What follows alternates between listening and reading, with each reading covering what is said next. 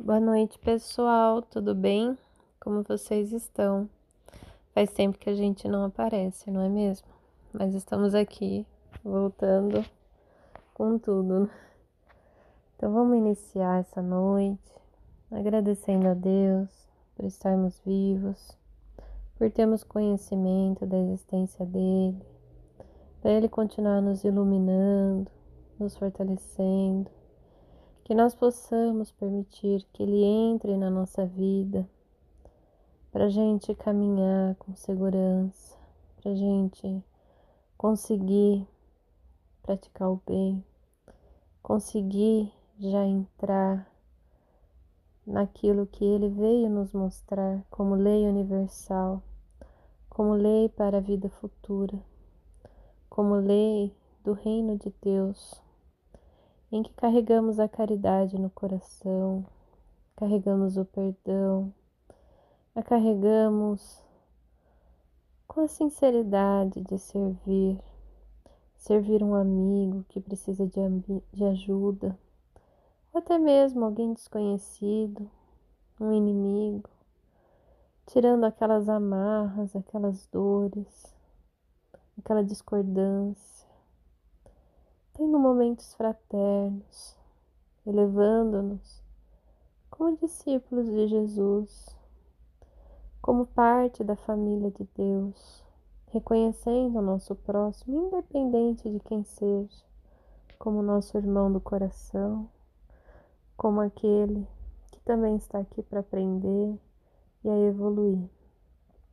Que nessa noite nós possamos ter a presença de Jesus e dos seus trabalhadores, para que possamos nos elevar e aprender cada vez mais em nome de Deus.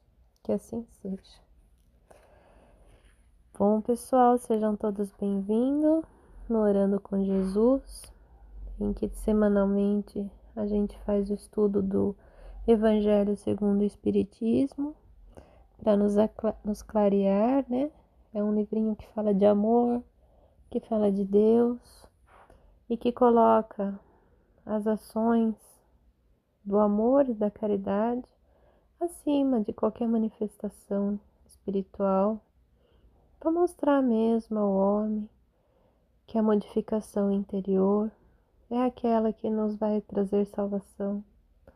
Não são aqueles que falam a língua dos anjos, não são aqueles que fazem, profetizam, né, as situações, não são aqueles que se destacam, mas são aqueles que agem humildemente no amor, na caridade, que Jesus veio realmente transformar dentro de nós. A beleza da vida é quando dizemos sim, reconhecemos Deus, porque tudo modifica. O nosso olhar para a natureza se torna outra, o olhar aos nossos amigos, aos nossos irmãos, aos nossos inimigos, tem um ar de sublimidade, de esperança e de fé. Então que possamos realmente trazer para nós esse sentimento que Jesus veio nos despertar. Bom, gente, a gente está em introdução ainda, tá? Estamos na parte de notícias históricas. Da última vez a gente leu sobre os publicanos, né? Não, desculpa, foi sobre os fariseus. Então hoje a gente vai falar sobre os escribas, sobre o que era a sinagoga, e se der tempo, os saduceus. E aí fica para a próxima semana os essênios e os terapeutas. Se você tem um livrinho, acompanha com a gente, tá bom? Escribas. A gente sempre ouve sobre eles na Bíblia, né? Mas quem são eles? É o nome dado, no princípio, aos secretários dos reis de Judá e a certos intendentes dos exércitos judeus. Então a gente pode ver que são posições, né, reconhecidas, né? Mais tarde, esta designação foi aplicada especialmente aos doutores, que ensinavam a lei de Moisés e a interpretavam ao povo. Então, assim, de pessoas superestimadas, né? Elas passam a divulgar a palavra de Deus. Eles faziam causa comum com os fariseus, dos quais partilhavam os princípios, e antipatia contra os inovadores. Por isso Jesus os confunde na mesma reprovação. Então, como a gente viu, os fariseus, né? Eles tinham muito orgulho, né? Eles tinham as práticas exteriores. E é muito difícil naquela época trazer uma essência diferente se você realmente não conhece a Deus, né? Porque o homem se espelha muitas vezes naquilo que já existe e caminhamos sempre no mesmo caminho, né? Sempre querendo ser melhor que uns outros. E aí, quando uma figura como Jesus aparece, que vem agir diferente do que estamos acostumados, mostrar coisas, ideias, situações além do que se teve, assusta, acha que está em desacordo, porque a maioria está agindo de uma certa forma, que não é o que Jesus está falando. Então, por isso que Jesus tem a mesma reprovação com eles. Agora, a sinagoga. Do grego sunagogue, assembleia, congregação. Não havia na Judéia senão um único templo, o de Salomão, em Jerusalém, onde se celebravam as grandes cerimônias do culto. Os judeus para aí seguiam todos os anos em peregrinação para as principais festas, tais como as da Páscoa, da dedicação e dos tabernáculos. Foi nessas ocasiões que para lá Jesus fez várias viagens. As outras cidades não tinham templos, mas sinagogas, edifícios onde os judeus se reuniam aos sábados para fazer preces públicas, sob a direção dos anciãos, dos escribas, dos doutores da lei. Faziam-se aí também leituras tiradas dos livros sagrados, que eram explicadas e comentadas. Cada um podia nelas tomar parte. E por isso, Jesus, sem ser sacerdote, ensinava nas sinagogas nos dias de sábado. Então a gente vê que a sinagoga era um lugar de reunião, em que um passava conhecimento, informação para o outro. Sempre nesse sentido mais religioso, né, dessa conexão com Deus. E apesar de ter muitos doutores, escribas e anciãos, Jesus, sem ser sacerdote, ele tinha essa oportunidade de falar nesses locais, onde pessoas procuravam ouvir palavras sobre Deus. E Jesus ia lá, apesar de ser contra a forma que muitos pregavam o Evangelho, ele tinha essa oportunidade de mostrar uma nova versão, uma nova ideia do verdadeiro Evangelho de Jesus.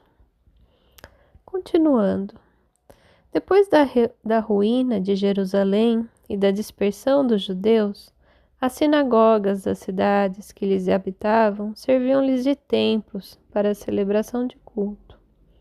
Então era só um lugar físico que Jesus passou muito tempo falando, pregando, mostrando as leis de Deus. Agora os saduceus. Quem eram os saduceus?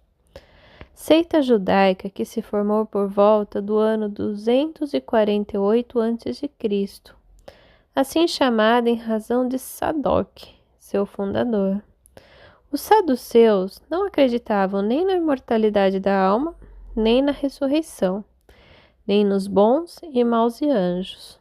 Então a gente percebe aqui que os saduceus não acredita nada além da vida e da matéria, a não ser em Deus, né?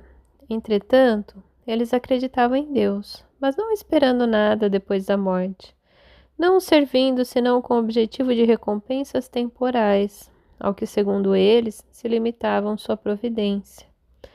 Também a satisfação dos sentidos era, a seus olhos, o objetivo essencial da vida.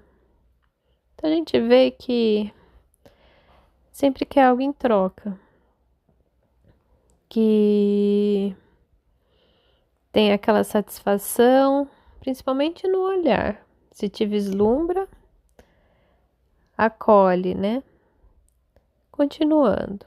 Quantas escrituras, ele se prendia a um texto da lei antiga, não admitindo nem a tradição, nem nenhuma interpretação. Colocavam as boas obras e a execução pura e simples da lei, acima das práticas exteriores do culto. Eram, como se vê, os materialistas, os deístas e os sensualistas da época. Esta seita era pouco numerosa, mas contava com a personalidade importantes e tornou-se um partido político constantemente em oposição aos fariseus. Ali a gente vê que, apesar de acreditar em Deus, né, a gente já vê, né, que tem um pontinho ali, só que o homem ainda é muito materialista, né, se prendendo às questões, né, da sensualidade, do que você ganha com aquilo, né, do vislumbre, do olhar. Então a gente vê que é um povo bem materialista, né, e que tá ali, né, mostrando o seu ponto, né. Bom, gente, a gente termina por aqui, tá?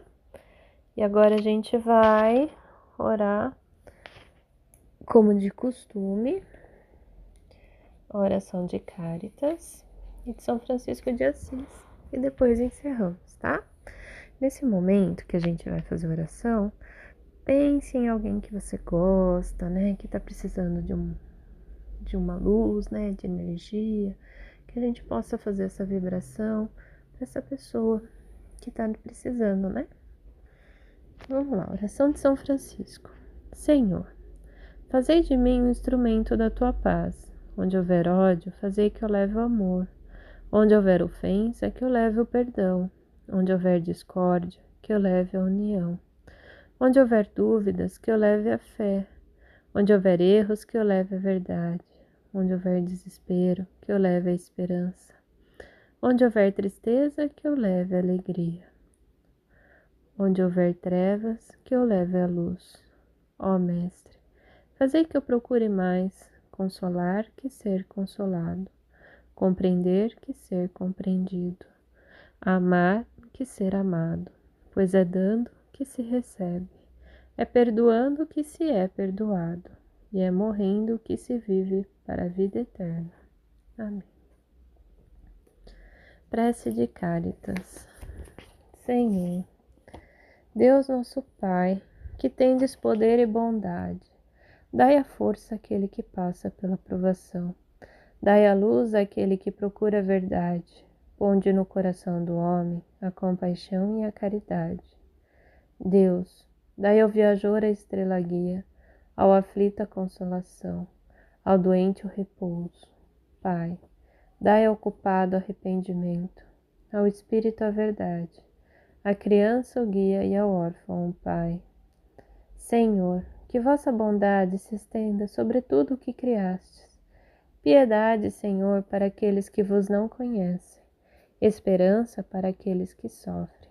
Que a vossa bondade permita aos Espíritos Consoladores derramarem por toda a parte a paz, a esperança e a fé. Deus, um reflexo, uma centelha do vosso amor pode abrasar a terra. Deixai-nos beber na fonte dessa bondade fecunda e infinita, e todas as lágrimas secarão, todas as dores acalmarão. Um só coração, um só pensamento subirá até vós.